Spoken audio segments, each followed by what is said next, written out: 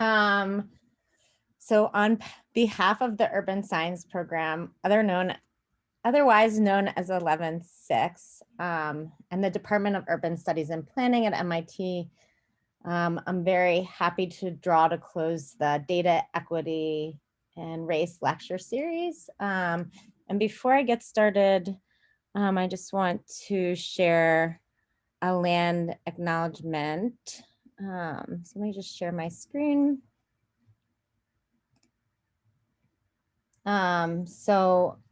MIT acknowledges Indigenous peoples as traditional stewards of the land and the enduring relationship that exists between them and their traditional territories. The land on which we sit, well, some of us are, and I'm imagining you guys are all sitting on various land where you are, but the land in which MIT sits is their traditional unceded territory of the Wampanoag Nation. We acknowledge the painful history of genocide and forced occupation of the territory, and we honor and respect those many diverse Indigenous people connected to this land on which we gather from time immemorial. With that, I'm just going to say I'm very happy to have the editors of W.E.B. Du Bois Data Portraits, Visualizing Black America, which presents the data visualizations. Oh, sorry, you can see my notes. Which presents the data visualizations by famed sociologist and Black rights activist W.E.B. Du Bois, who presented them at the 1900 Paris Exposition. The visualizations offered a view into the lives of Black Americans, conveying a literal and figurative representation of the color line.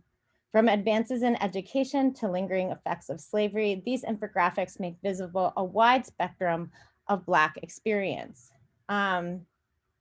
So the Urban Science lecture series was possible because of my many colleagues on the committee that helped, including Catherine D'Ignazio, Sandra Elliott, and Yuan Lai, who were important in the planning. And so I just want to recognize them as we bring this series to a close, but hopefully rebooting it next semester. And one of the goals of this series is to interrogate and expose how racism infuses and affects data collection analysis practice at many scales, but particularly in relation to urban space, urban service provision, and urban infrastructure. A second goal is to chart paths towards equity and co-liberation for all people in an urban context. This may be using data, refusing data, or something else entirely. So now let me introduce the editors of the book and why we're here today, which included contributions from Allison Morris, Mabel Wilson, and Silas Monroe. So let me start with Whitney Battle-Baptiste, who is an American historical archaeologist of African and Cherokee descent. She is an associate professor at the University of Massachusetts Amherst and director of the W.E.B. Du Bois Center at the university.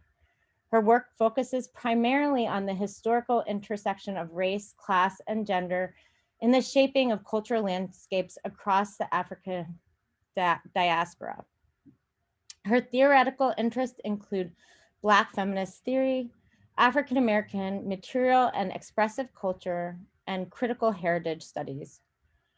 Her work spans a variety of historical sites in the northern and southern United States, including the home of Andrew Jackson in Nashville, Tennessee, Rich Neck Plantation in Williamsburg, Virginia, Abel Smith School in Boston, Massachusetts, and W.E.B.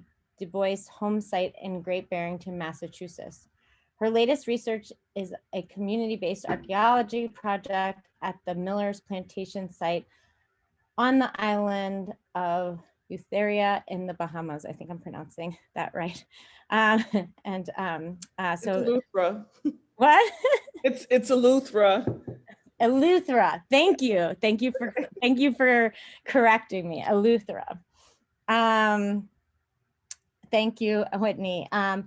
We are also having Britt Rusert, who is an associate professor in the W.E.B. Du Bois Department of African American Studies at the University of Massachusetts Amherst. Beyond the work we will see today, she is the author of Fugitive Science, Empiricism and Freedom in Early African American Culture. Rusert received her PhD in English and a certificate in feminist studies from Duke University.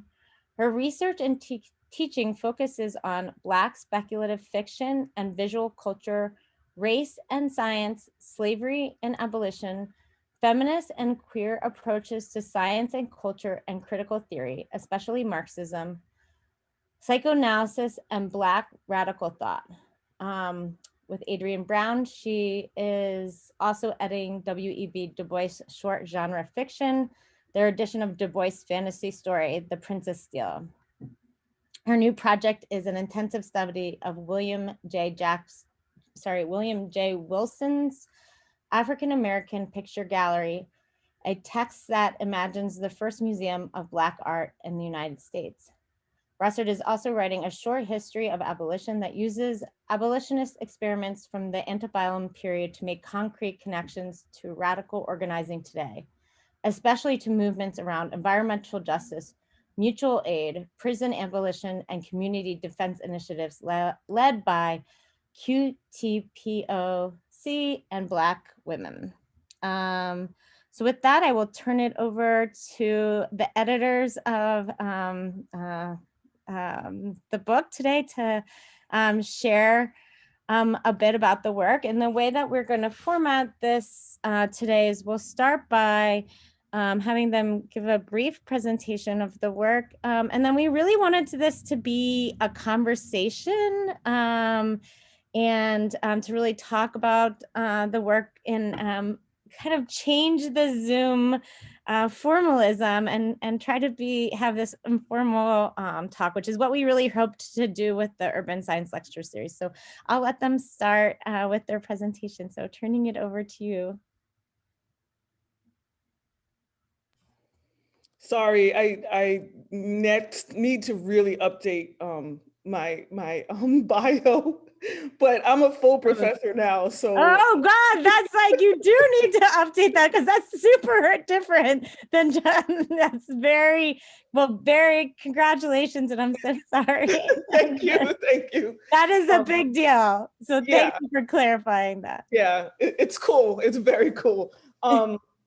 So I think today what Britt and I really want to talk about is the role of data in, not the role of data, because lately I've been really thinking about how data has become, in a contemporary sense, data in many ways has become like collateral. It has become the stuff that is bought and sold and exchanged. And there's power behind data in terms of names and occupations and all kinds of things that are collected about us as Americans, as people of the world, as folks from the United States and people around the world. And I've been thinking, I've always thought about data as giving me access to understanding the lives, or data in the sense of material. As an archaeologist, as someone who engages with that material, I think very critically about the ways in which African Americans post-emancipation, there was a sense of broadening as the industrial revolution came and changed the way people were able to acquire goods. And one of my favorite infographics is the one that is on the cover of the book, actually. And it's the one that is the circles that change colors to demonstrate the accumulation of materials over time. And they're literally the assessed value of household and kitchen furniture owned by Georgia Negroes. The reason why that's so fascinating to me is sometimes I think it's very dismissive to say, oh, it's what people had in their kitchens.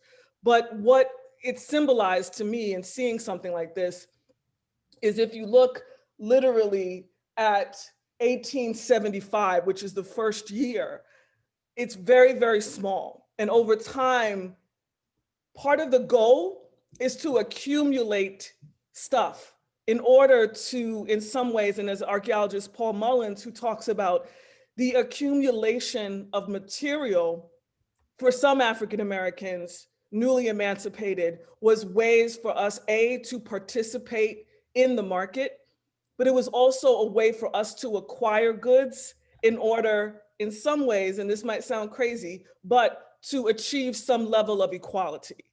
Because if we could participate in an industrial culture, in an industrial, and acquire things, then this would give us an advantage in terms of coming into this space in which, if we have the same things, then perhaps we can engage in some form of equality. Now, understand that that's a very capitalist perspective, but we're talking about a country that was not only based in racism, but also based in capitalism. So this idea to acquire things for archaeologists is a very telling sense of how African Americans really look at their participation in society through the accumulation of stuff. And that data seems like one little aspect of all of the information that was put onto these plates. But what that really was symbolizing is just one aspect of the advancements that had happened during the period of Reconstruction, which is very, very crucial in not only Du Bois's later work for when he wrote Black Reconstruction, but also this idea for him to understand how is it that we gain the idea of humanity, right, in a space where in many cases, Black Americans are not considered fully human. And this is still very apparent because of the prevalence of lynching, the increased inability for Black folk to stay in the South, but to move, to actually try to live a life without fear in the Jim Crow South. So I just wanted to kind of open what we were talking about and the impact that, for me as an archaeologist, and I'm an archaeologist that's often engaged in contemporary discussions of how material and race actually interplay and or don't give us any form of equality. Just because we have stuff doesn't mean that we're no longer in danger because, I don't know, we drive a Lexus. So I'm just putting that out there to kind of want you to think a little critically about data, about how important it was for the world in Paris to see that African Americans were striving in ways that could be literally calculated and then put into visual form so that there was no discrepancy. This was data, this was truth, right? And this was the Atlanta School of Sociology. So that was just a little introduction and trying to really encourage everyone to think about archaeology and the study of material culture, because without stuff, who are we? And I guess I'll just pick up from there and say, one of my, this was a really interdisciplinary project. My training is in literary studies and feminist and queer studies, and I teach in a Black studies department. Whitney's also in Black studies and in archaeology and anthropology. And so I just think it was really amazing between our, in our co-editing and in terms of our team that worked on the book, we had people who were looking at the images in such different ways and taking such different things from them, which I think really mirrored Du Bois's vision for those images originally in terms of their exhibition at the Paris Exposition, and also his hope for their pedagogical uses, like both in his own moment and then over time. So I just think it's really fascinating. Every time we talk about these images with different groups and in different settings, like there's just so much to say about them, and and they just speak to multiple sort of disciplinary sites and kinds of. For me, my images came from my work in Black speculative fiction, and indeed in Du Bois's own writing on in science fiction and speculative fiction. And I was editing a short story of Du Bois's that was written between 1908 and 19. And after I saw these images, I realized that Du Bois actually writes about one of these infographics at the very beginning of his fantasy story. So for me, the entry point into these images was actually through literature. And then more broadly, I guess I've been really interested in a kind of ongoing way in Du Bois's just sort of like in his own interest in linking aesthetics to race and his sort of theory of race in the modern world. And I just continue to be really fascinated by how his writing in The Souls of Black Folk, where he uses this very Baroque language and he talks about race and Blackness in terms and about the color line in terms of like opacity and veiling, and it's like very Gothic.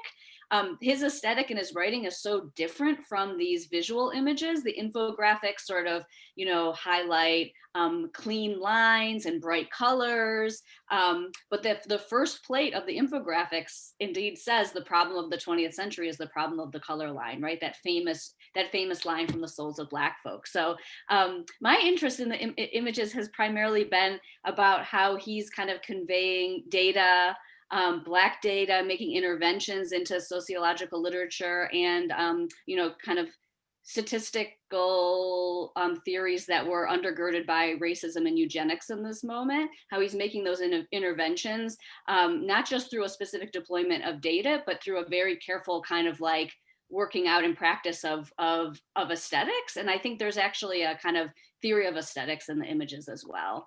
And I guess maybe just one last thing I'll say before I might show just a couple slides just so we can see some of these images. But I think like in our book, so Whitney and I didn't have much time to actually put the book together. So I think part of this has been really fun to do with these events because we can kind of talk about our ongoing interest and also in how our research has sort of developed since the book was published. But I think in the book, we really focused on how, we kind of focused on the modernist dimension of these images, how they sort of look forward to modernist art, how there's a kind of real like visual economy being deployed by Du Bois and his team.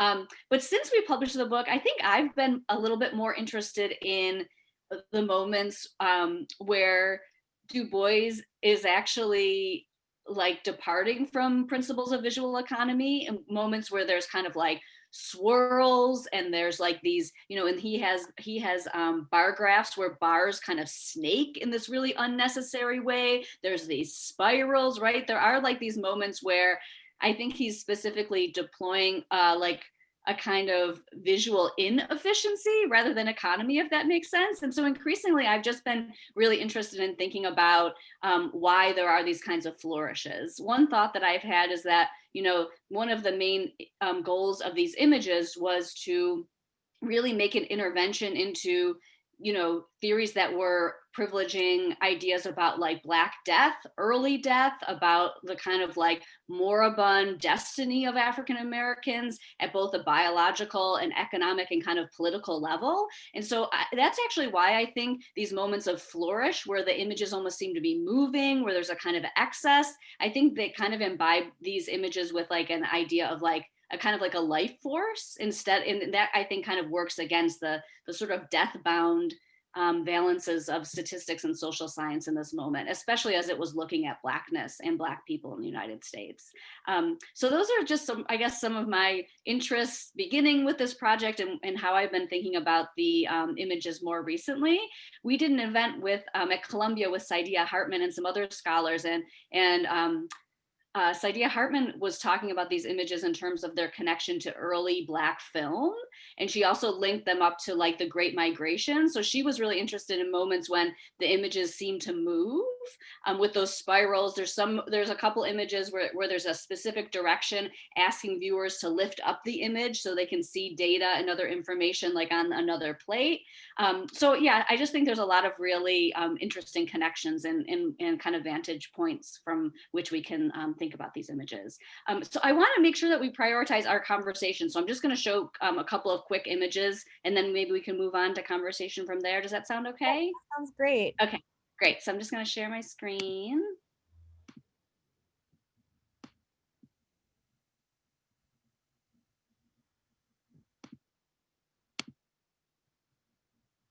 So this is just the title page from the series. Sorry, I'm just going to move something here.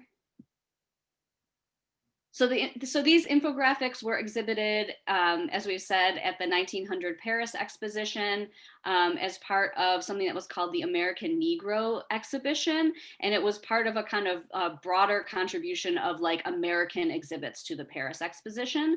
And the exhibit was put together by Thomas Calloway, who was a Black educator in DC.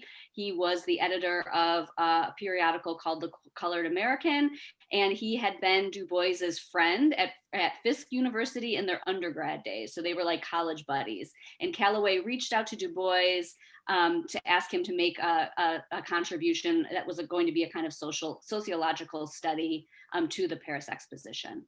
So here's the title page. And I always think it's really fascinating that the kind of title image begins with the problem of the 20th century as the problem of the color line. This is significant because Du Bois will use this phrase in a speech that he'll go on to give in London after he visits the Paris Exposition, but it doesn't actually show up in the Souls of Black Folk until 1903. I don't know if this is true. Someone would need to do more research, but my guess is that this is the first time that famous line from that famous line from Du Bois actually appears in print, is actually in one of these infographics. Yeah, I think Mabel O. Wilson would concur with that. Concur, okay. Yeah. Okay, here's another plate. I like this one because of the color. I think the lettering is beautiful and incredible. We really are interested in how these infographics are not just like the production of Du Bois as some singular genius, but were actually put together by a team of students and collaborators. And I think there's definitely a kind of consistency in terms of color and lettering and those kinds of things in some of the images, but when you start looking at them closer, you start to see more inconsistencies. There's some infographics that almost appear like they're the production of sort of student work, or maybe even like an alienated student who wasn't that interested in doing the coloring work. So there is a kind of unevenness in some of the images that is really interesting. And I think the closer you look at the images, you actually start to see more hands at work. So that's just part of our interest and sort of ongoing commitment in terms of presenting and sort of really emphasizing that these images were the production of a collaborative Black research lab who were working at a historically Black college at the turn of the century. Here is a photo that is from the archives, the W.E.B. Du Bois papers at UMass Amherst. This is Du Bois in his top hat and lapels at the Paris Exposition. And this trip was really significant for him in terms of his sort of beginning to cultivate himself as an international and cosmopolitan intellectual. And one thing that we talk about in the book is that Du Bois and his team received funds from the US government to put together the study and to prepare the exhibit, but those funds did not include funds for him to actually accompany the exhibit. And so we talk about how there's this like irony that the images themselves were actually more mobile than Du Bois. Think about him as being, an academic and a Black man in Jim Crow America, whose own kind of movement was heavily constrained, not just in terms of international travel, but at a real local and national level as well. And so he talks in his autobiography and in his writings about how he basically scrounged up money in order to secure his passage to Paris, which I think was symbolically really important for him. And also I think it ties into Du Bois's own desire to have creative control over this project. This is very Du Bois, actually. He had certain ideas, and he had ideas about how his own ideas would be executed and presented to the world. So here's where we try to think about Du Bois as kind of like a curator, and how he really wanted to accompany the images because he clearly had a vision in terms of how they were going to be presented to the world and indeed installed in the exhibit itself.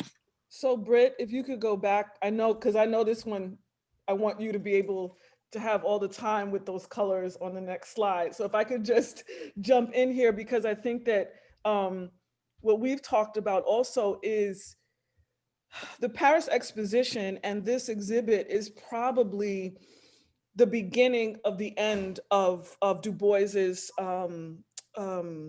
reliance on data as being the very thing in which that will liberate, or that will help the cause of Black Americans. And the reason why I say this is because Du Bois felt very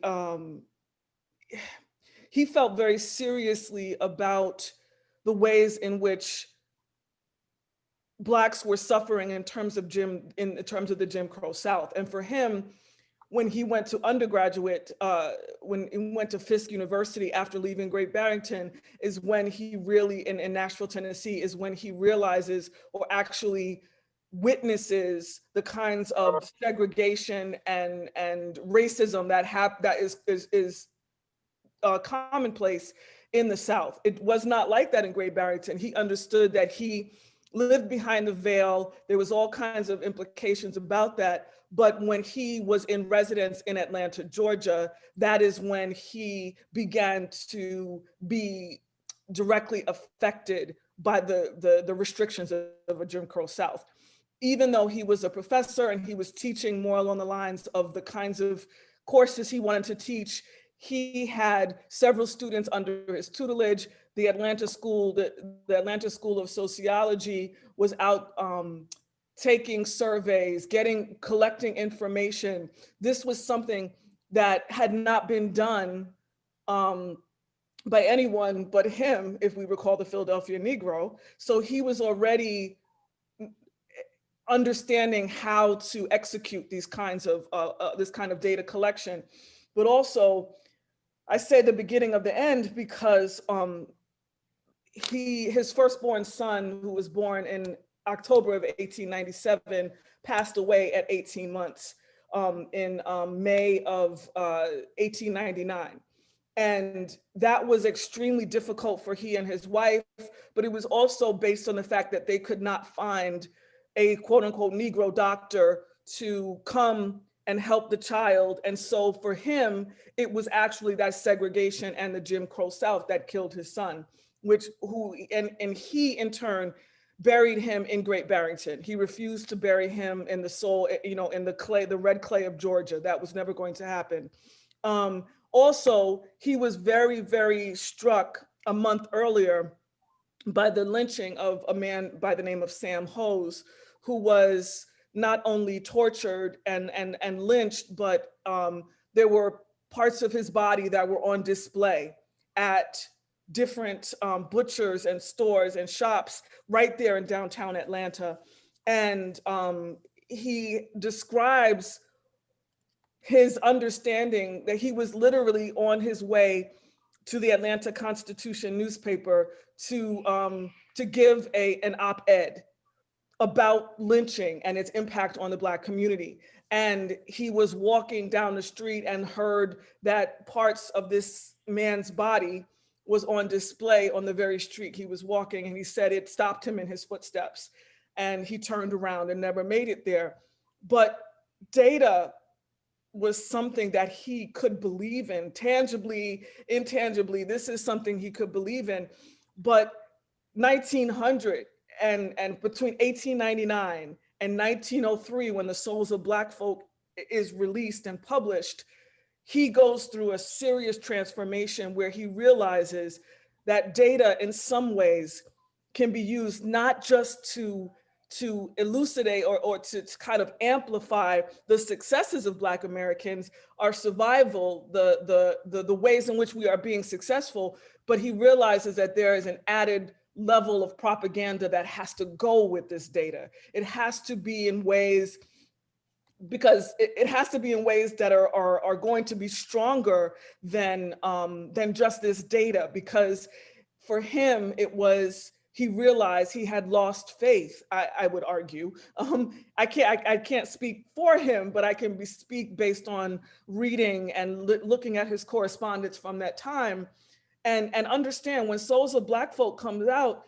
it wasn't like everybody went out and bought the book. It was a very scary, futuristic, Who Talks Like This kind of book that was very intimidating for Black America, who was trying to survive and live, right? And not be on the radar. And I think Du Bois was really pushing Black America to stake our claim, but understand that he was always backed by data, by information, by statistics. So I just wanted to kind of jump in there, because that's why I wanted, while you're, looking at this, a man who had to, who helped with his students create this amazing exhibit that took up so much room in the Paris Exposition in the United States building.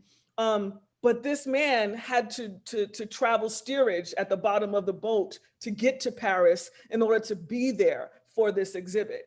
And for him, part of these infographics and the beauty of them is that it's almost, if you stare at them long enough, you can see different things in them. And I think that what that was an appeal. It was an aesthetic appeal, but behind the aesthetics is the information. And that's what I mean about the propaganda begins, and behind the propaganda is the information that will hopefully lead to some form of equality. Yeah, thank you, Whitney. That's really, really helpful. Yeah, and just to add to this, that here's an image where, if you can see at the bottom, it says, "For further statistics, raise the frame." And if you raise the frame, you would actually see the kind of data upon which this infographic was created. And those moments were kind of like places where Du Bois would actually expand the infographic and show you data that didn't actually just further confirm what you were seeing at a global scale, but would actually add texture to the infographic itself, and would sometimes sort of seem to be in contradiction. So I think there's something interesting too to be said about the relationship between the kind of universal and the particular valences of data in the infographics. And I think there was just something really complex going on there. I wanted to show this infographic as well because the color palette is different. This is where we get back to the kind of Du Bois's interest in domestic consumption, the domestic sphere, in terms of the kind of glimpses of Black femininity and Black domestic life we get in these images. I think it's significant that we have a palette of pink and purple here, and that at the top there's two photographs, one of a Black boy and one of a young Black woman. This is significant as well that there's photography included in this infographic, because Du Bois's contribution actually was composed of three separate pieces. There was this collection of the infographics. The second contribution was a collection of photographs of mostly African Americans of the so-called bourgeoisie class, so middle class and bourgeois Black Americans living in Georgia at the time. And then the third contribution was a handwritten collection of laws that had affected African Americans in the state of Georgia since the colonial period. And Du Bois calls those the Black Codes. So they start with there's vagrancy laws, there's laws related to suppressing literacy and learning among the enslaved, and they go all the way up to laws that had been passed under the Jim Crow regime. Okay. And then just quickly, this is an image. I just wanted you to actually see the American Negro exhibit, which was a part of the Pavilion of Social Economy at the Paris Exposition. And you can see that the infographics were very prominently displayed in the exhibit. And if you'll note on the left there's a little statuette of Frederick Douglass. Du Bois's infographics are actually underneath a couple of or a few portraits and photographs of famous African-American political figures and politicians, and also Booker T. Washington.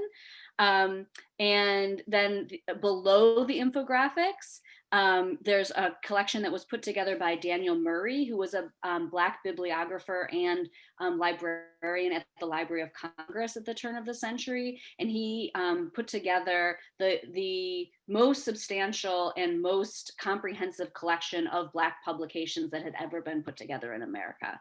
And those were also shipped to the Paris Exposition. So anyway, I just think it's actually really helpful to see how prominently displayed the infographics were in the space of the exhibit. And it's interesting to see which ones were selected to be sort of prominently displayed, and just to give you a kind of better sense of the kind of physical space in which these infographics originally were exhibited. Okay, so I'm going to stop my screen here. And then Sarah, I'll just turn it back over to you. Great. Thank you guys. Sparked so many questions. I think one thing that I was thinking as you were talking about is, the idea of these being propaganda, the idea that data visualization could be a tool for propaganda. And I'm just wondering, like, where did Du Bois start getting, like, where did he get turned on to this idea of data visualizations as a tool?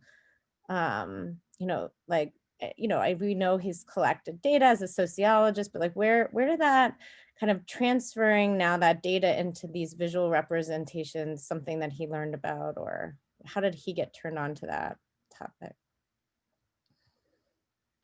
So, I mean, I think one really, this is a boring answer, but it is true and important to know, is that I think part of it had to do with his training at the University of Berlin, and where he was introduced to certain kinds of historical methods and sociological methods for the first time.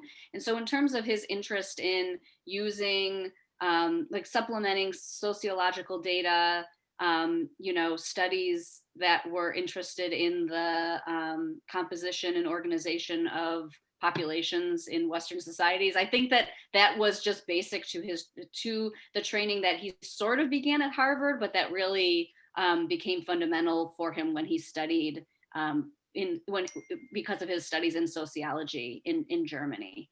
So I think that's a really important referent for him in terms of when he puts together the Philadelphia Negro, when he's hired essentially as an adjunct at the University of Pennsylvania. This is important to know in terms of this foundational work, not just of Black sociology, but just American sociology, that the University of Pennsylvania and actually members of the American settlement movement kind of, invite Du Bois to do that study, to head up that study in Philadelphia. He really had hoped that he would be hired as an instructor and as a full-time faculty member. They did not offer that to him. They offered him basically an adjunct position. And he writes in his memoirs and in his he writes in his writings about how that was a burn and he was not happy about that.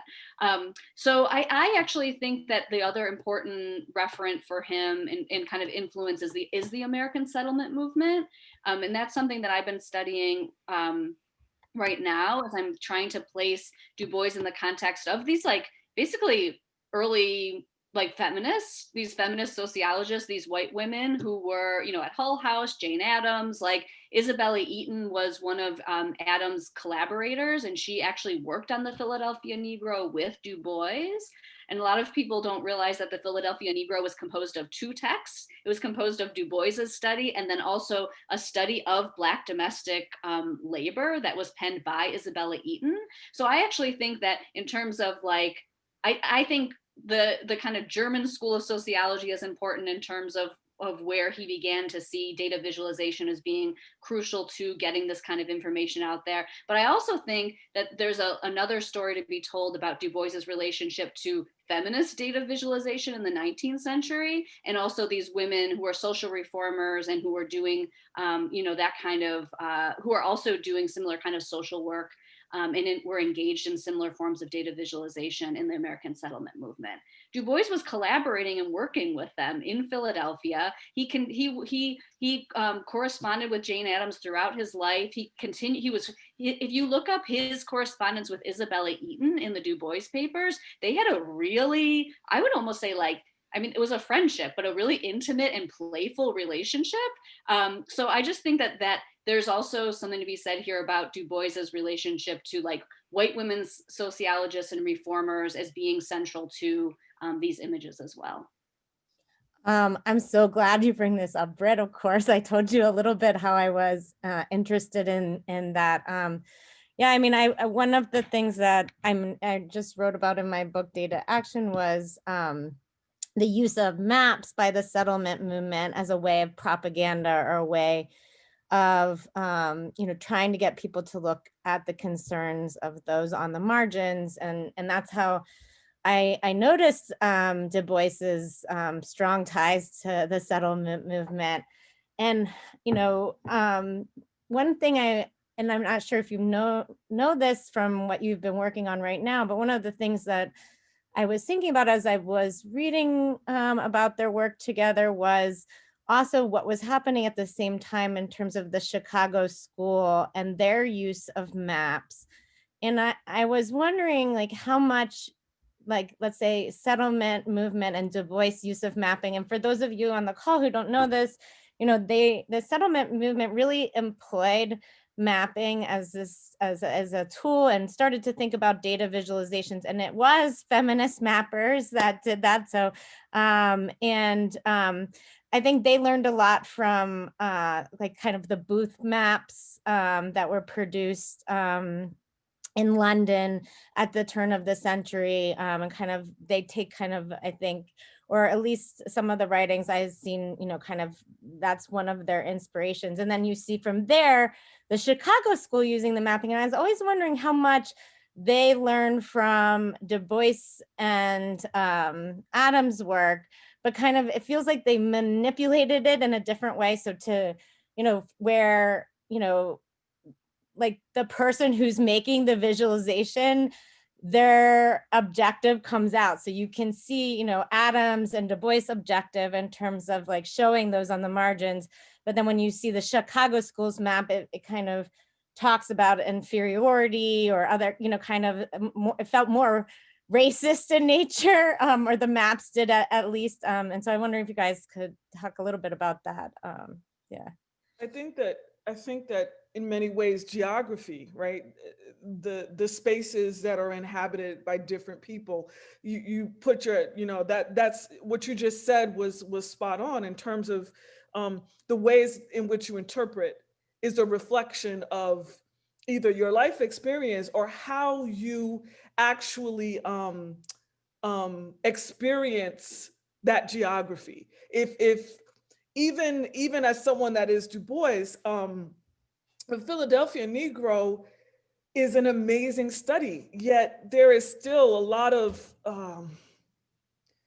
some of Du Bois's beliefs or his things that he didn't find acceptable in different ways actually come through in his work as well. And I've seen different people kind of interpret him living, in the midst of the people in which he is studying, and seeing him as a part of the people, which I don't think Du Bois probably ever really thought of himself as one of the people, not to put him in an elitist sense, but it's really interesting. Very recently, Saidiya Hartman's Wayward Lives has a great chapter about Du Bois in Philadelphia, collecting the information about the Philadelphia Negro. And she depicts him in a very, which I think is a potentially very realistic way of him being of the people, but not the people. And so it's ways in which he is experiencing the marginalization of whole parts of Philadelphia, and to have to be in this space where everyone is conglomerated together or pushed together, regardless of your education, regardless of your ability to have income, but also in the context around Saidiya Hartman's Wayward Lives, you see the constant assault on the freedom of Black women in these spaces, which I don't think Du Bois would have been able to understand or see. And so, in thinking about how amazing the Philadelphia Negro is, I think that, Britt's talking about Isabella Eaton is important, because there were certain things that even Du Bois could not recognize in these geographies and how they played and plagued the lives of the folks who were forced to live in these situations. And so I'm not, and again, this is early work, and from not getting the position at University of Pennsylvania, he then goes to Wilberforce, which he was teaching subjects that had nothing to do with sociology and or the data collecting, and he had to like give prayer services every Sunday, which he hated, and all of these and fortunately at Wilberforce he met his wife, but other than that he talked about the miserable time of having to be at Wilberforce because he wasn't able to take the Philadelphia Negro to its most logical next step, which would have been to stay in Philadelphia and continue his work there. And I think that the Chicago school had to recognize the significance of mapping and the significance of geographies on the lives of everyday people in ways that wasn't seen before feminist mappers and or Du Bois. So. I thought maybe I would just also add, I think Du Bois, I don't like the language of like pioneer because it's like a settler term and it's not, so I don't want to say like originated or anything, but I think it is important to say something about how Du Bois was not just interested in like these urban forms of urban mapping, but also was conducting studies of rural Black communities in the South. And so I think you had mentioned that you had an artist speak who's doing work about missing data and about the fact that, after the Georgia Negro study and after some of these other studies, Du Bois continued to conduct these studies, not just for the students at Atlanta University and not for the kind of local community, but actually produced for the US government and for, at a kind of governmental level. And, at least one of those studies wasn't actually ever published. So he did one there was one in Virginia, there was one in Alabama. So I think it's also interesting that like, as opposed to the Chicago school, which you can correct me if I'm wrong, I think is primarily interested in like the urban problems, right? And like in kind of mapping of the kind of city and kind of the rise of what would later be called the ghetto. Du Bois is like much more interested in the relationship between kind of Black urban and rural communities and is interested in like keeping track of kind of like rural organization and mapping at the same time as he's like thinking about Atlanta and these kinds of urban spaces as well. That's super interesting. I probably could keep talking about this forever just because I wrote about it in the settlement. I want Amelia, who had a question that she sent before the talk. Amelia, would you like to speak your question, or would you like you turn on? Yeah. Yeah, I don't mind speaking. So you're, you note a lot of like cool things that Du Bois includes in his map, like a feminist narrative. I was wondering like what aspect of Black life at the time do you think Du Bois either failed to capture it or wasn't like funded to capture in these visualizations that would have still proved interesting? I love the question of what he would have been, what he was failed to fund, what was not fun, like, because I think the funding matters in terms of what was sayable, what was mappable, what was trackable, and what wasn't. I mean, one thing that Whitney already kind of pointed us in this direction, but the Black women and Black femininity is like a problem and a site often of like opacity and like, and is like a problem in Du Bois's thought. And in these images, we know that Black women collected data for the images. We know that Black women who were students at Atlanta University contributed and were a part of this project. But we know that there are these infographics that signal Black domestic life and the kind of home space. But Black women themselves have a kind of like spectral presence across the infographics. And so, yeah, I guess in terms of like trying to think about what was a little beyond the scope of the images themselves, I would echo Whitney's recommendation of Saidiya Hartman's new book, Wayward Lives, because she does this really interesting kind of like speculative work around the Philadelphia Negro and around Du Bois's sociological study to try to like, there's this amazing moment where like she talks about these two women that he surveys and interviews, and she has a whole narrative where she imagines what these women thought about him. And it turns out she suggests that they thought he was like, kind of like a dandy. He was like dressed up. He kind of really stuck out. Like, so I don't know. I think she gives us a really good model for thinking about what's like at the edges of these images and what is like what's not quite visualized within the terms of the images themselves. I would agree. I think that, oh, thank you, Amelia. Amelia answered Elizabeth's question. Great. I think that, and to see kind of the Philadelphia moment through, because there were several times as a Black woman, there were several times where I had to put the book down, because although it's fictionalized, it's the imagination, but at the same time, it's seeing the proof of how brutal and how limiting the ways in which Black women's movements were restricted. And if you were out, like if you were a domestic cleaning someone's house, you don't have transportation, so you get home late and you're arrested for prostitution after having a long day of cleaning someone else's house. And it was just those kinds of things about, and it wasn't the idea of you had done something. It was the possibility that through your actions and the people you are around, you will probably become a prostitute. And it was just like, wait, what? And I think about in many of the study and many of the work that Du Bois does, and being here at UMass and being steeped in the rabbit hole that is the Du Bois papers, because you go in looking for one thing and you find all kinds of correspondence that you did not expect to find and could imply all kinds of things. But I do, and I say that for intrigue, please, it's all digitized, so go and explore. But the idea that reading his correspondence with amazing women that were constantly, not, I don't want to say checking him, but constantly moving him, I believe, in directions that he might not have been initially comfortable with or could even understand or see.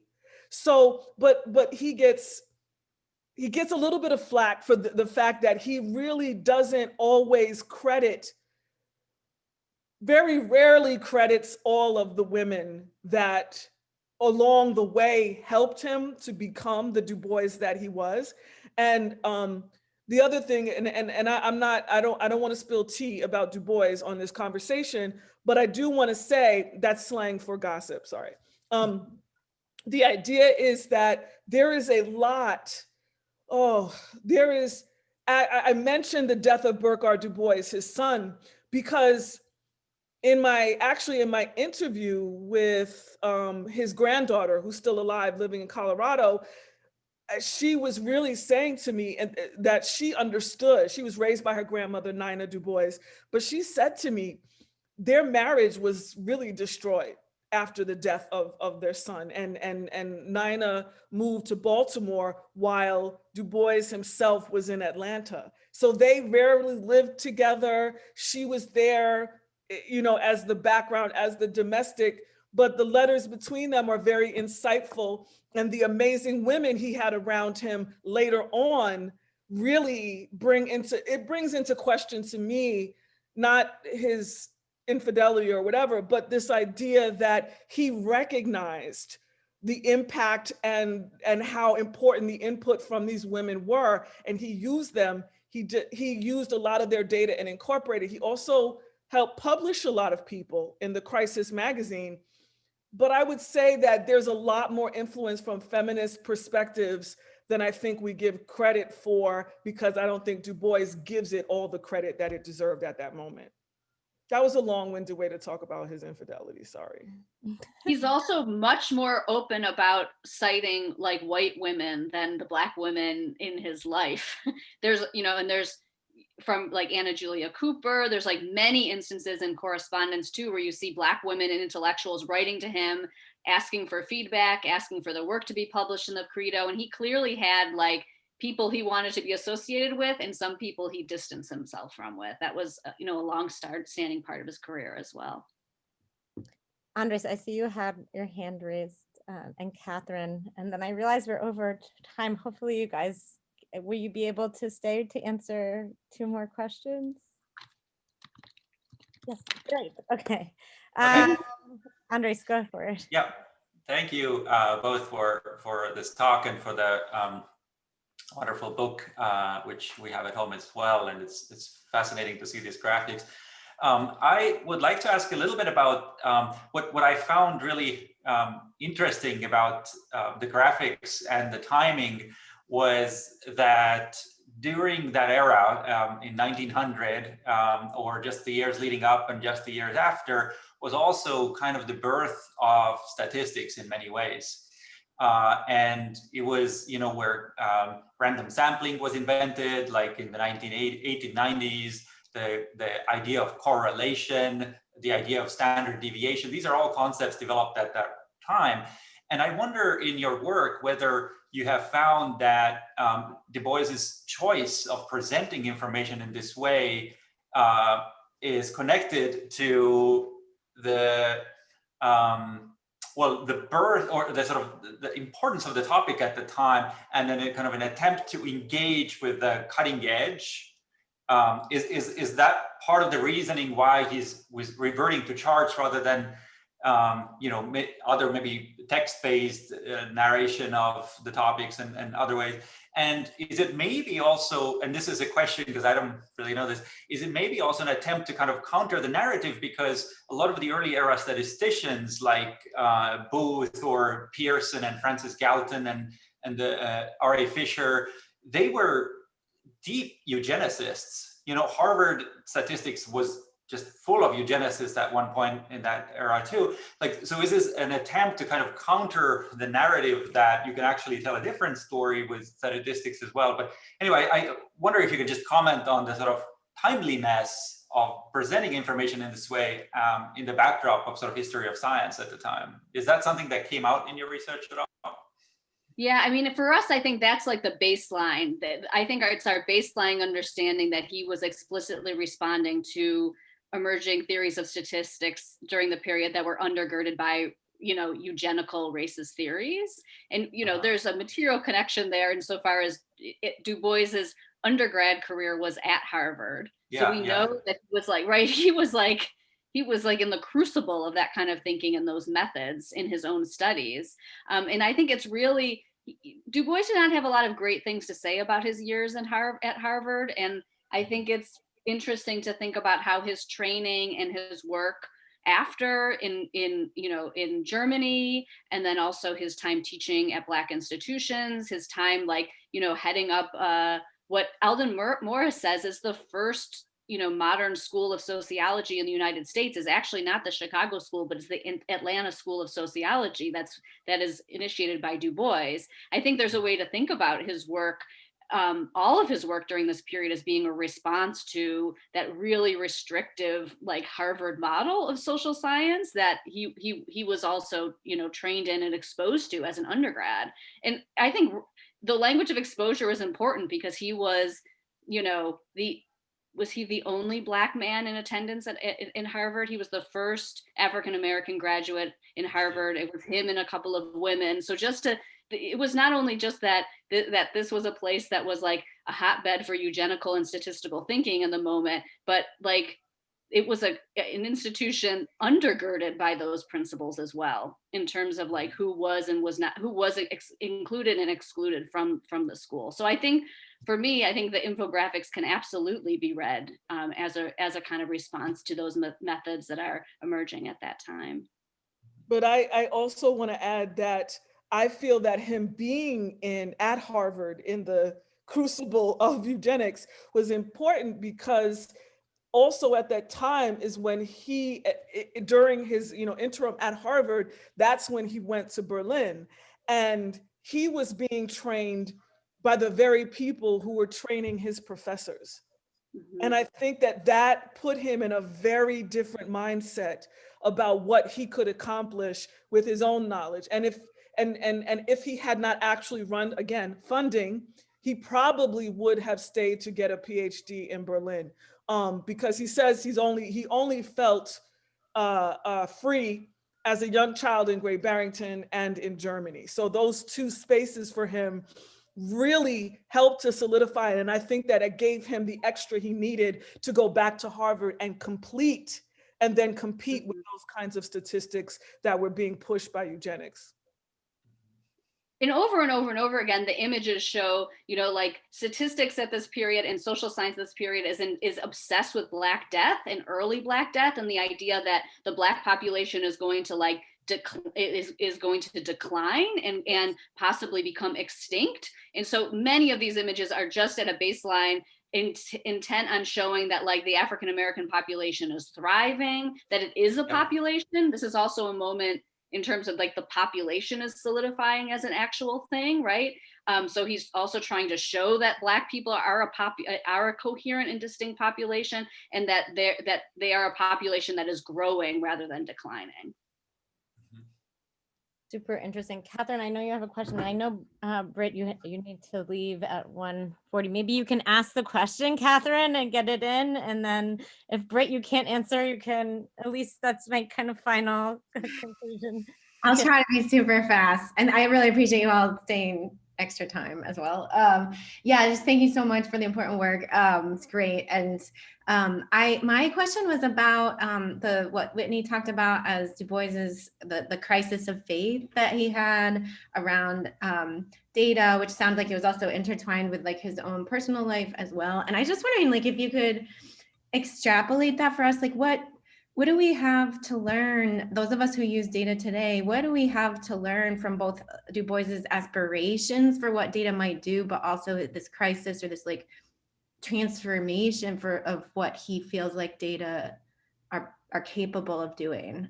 So I don't know, yeah, if you all have a quick response to that. I don't know, I feel like I should, well, okay, if you guys want to go. I think that for him, that crisis of faith shifted how he saw his studies, what he wanted to focus on, the kinds of things that he wanted to bring to the public. Like Souls of Black Folk was not popular when it first came out because, first of all, you're talking, again, eugenics, right? We're talking about the inhumanity of Black people, right? And now the title of the book is The Souls of Black Folk. We have souls, we have the ability to critique each other, we have the ability to complain, we have the ability to talk about we walk with a Tunis. Why can we not be a Negro and American? And so all of these kinds of things happen because of the shift. I mean, Black Reconstruction is a perfect example of how we could have been a democracy if Black Reconstruction had been able, or the Reconstruction era had been able to be continued until some different form of equality became one. But the compromise was, Reconstruction was for the South to re-enter the Union, right? Even in the ways in which we learn about Reconstruction is flawed. And you're talking about a person who was limited based on his color from the kind of archives he was able to actually visit. So African-American scholars could not go in certain institutions to do the same kind of research. So he creates this 800, oh, excuse me, I'm so sorry. Oh God. There are ways in which he